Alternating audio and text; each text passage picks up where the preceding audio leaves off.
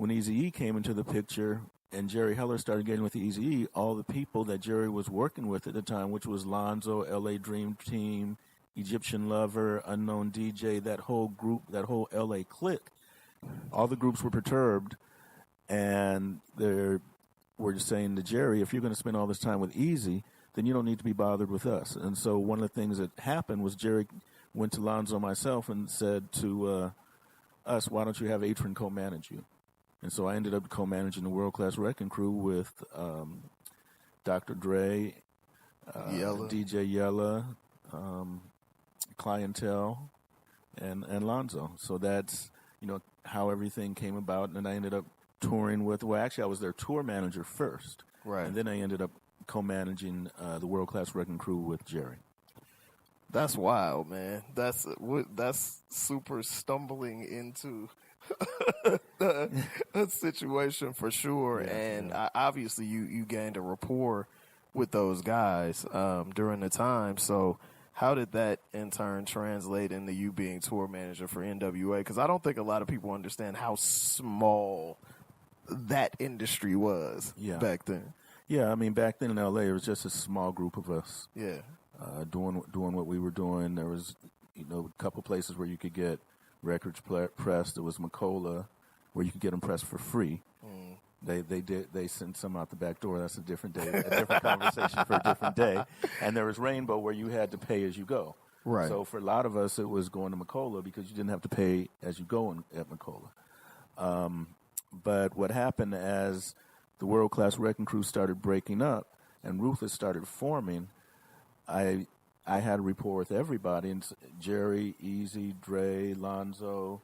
Then there was a girl group that Arabian Prince produced called JJ Fad. Yeah. And it was done, I believe, on Unknown DJ's record label originally. I believe so. And somehow Eazy and Jerry worked it out where they bought the song and the record from Unknown. Supersonic. And so then they went to get a deal with that record.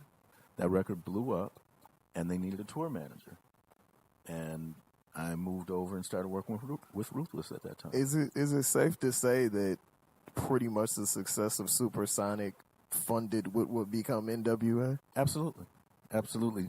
It I don't know if it necessarily funded N.W.A, but it gave once you have a hit record, now everyone's listening to you. Okay.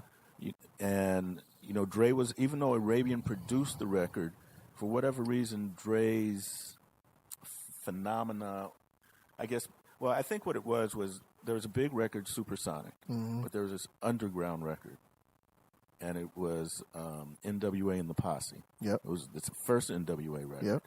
And there was this underground record, and it was brewing all around the country. And so as that was growing, as JJ Fad was big, that was growing. And what happens when you have a big record, on a label like Ruthless, and you have another record coming behind it, all of a sudden everyone wants to know about that. True. But no one really wanted to touch it because it was so, against the grain of what everyone, it was the beginning of what we call gangster rap. Yeah. So, it was totally against the grain. You got to think the records that were coming out of L.A. at the time were Dream Team, Wrecking Crew, Egyptian Electro Lover. Type stuff. Yeah. So, and then the New York stuff was completely different. Even though there were some pretty hard New York records, they weren't looked at the same way because L.A. and New York were just such different places. Right. And so what happens is, that inertia that Supersonic created, it just automatically went to N.W.A, and then it just went from there.